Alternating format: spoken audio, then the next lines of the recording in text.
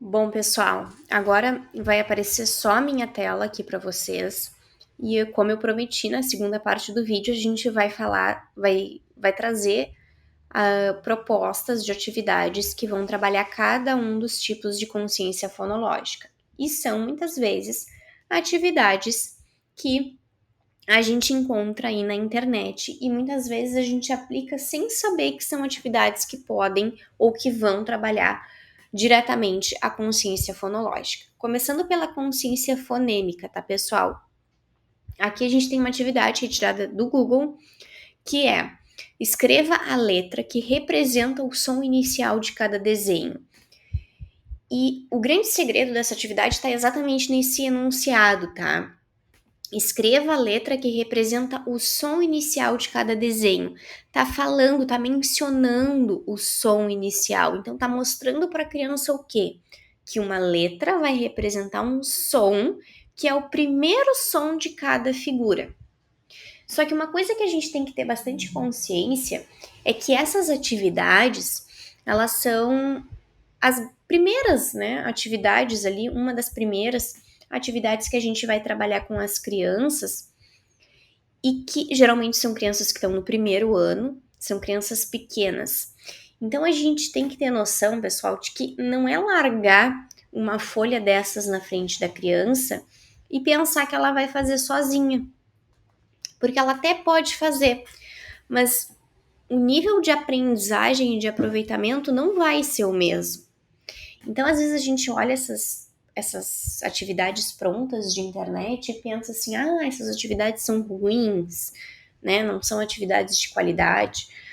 O que vai fazer uma atividade ser boa ou ser ruim é o direcionamento que o professor dá para ela dentro de sala de aula. Então, a gente pode tornar uma atividade dessas que a gente pega pronta na internet muito, muito proveitosa.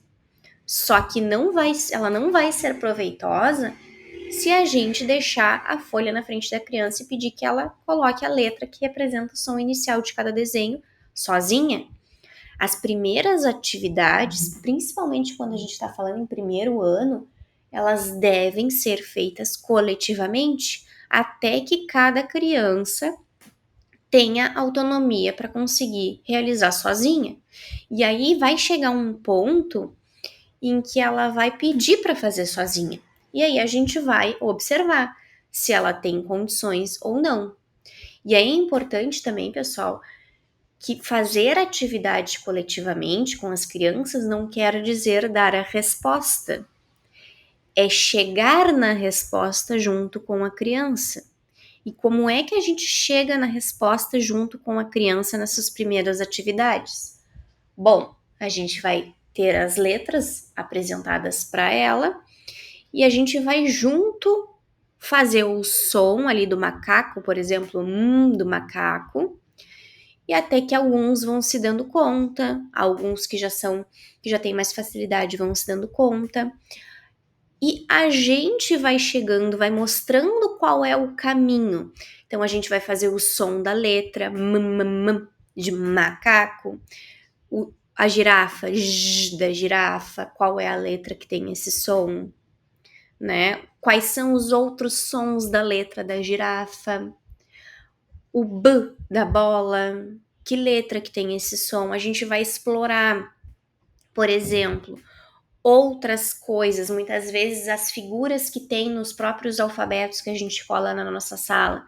Geralmente vai ter uma bola no B, né? Então a gente vai fazer com que a criança olhe para o alfabeto, que ela procure uma outra palavra que tenha o mesmo som da bola, né? Do B da bola, se for uma outra figura, ou do M do macaco, do P do pato, do J da janela, e assim por diante. Tá, pessoal? Então, não é dar a resposta, não é dizer, macaco começa com M, M de macaco. Não, mas é fazer exatamente os passos que a criança precisa fazer para se dar conta daquelas coisas, certo? E isso é explorar o som, mostrar para a criança qual é o movimento da boca que ela tem que fazer para produzir aquele som, fazer com que ela faça aquele movimento. certo? Tudo isso são passos que a criança vai precisar repetir inúmeras vezes para que ela consiga associar em um determinado momento que o M é do macaco, que o B é da bola, mas é do bolo, é da boneca, certo? E isso, pessoal, é repetição. Então, a gente não vai fazer uma atividade dessas uma vez e achar que a criança aprendeu. Não é assim que funciona. A alfabetização e qualquer aprendizagem, ela se dá por repetição, tá? Aqui, ó, a gente tem uma outra atividade que é pinte a letra inicial do nome das figuras. Aqui já não tá falando de som. Isso quer dizer que a gente não vai explorar a questão do som? Não, a gente vai explorar a questão do som. Quem vai direcionar a atividade somos nós. E aí o legal aqui é que a gente tem 4 opções de letras. E a gente pode explorar cada som ou cada sons de cada uma dessa letra e pedir que a criança chegue na conclusão, né? Fazer com que a criança chegue na conclusão de qual dessas letras tem o som inicial daquela figura, né? Então é o gato ali. Gato começa com som de A, começa com som de F, de G ou de I. E aí a criança vai se dando conta e vai associando ali a letra, certo?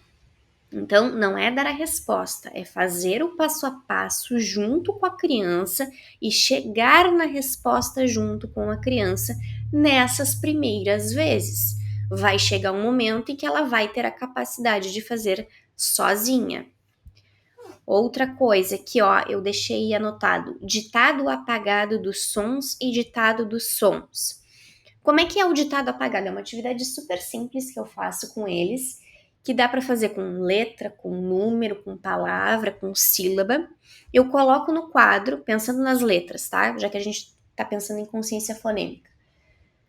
Coloco as letras que eu já trabalhei com eles. Por exemplo, vamos pensar só nas vogais, né? Lá no início do ano a gente está trabalhando só vogais.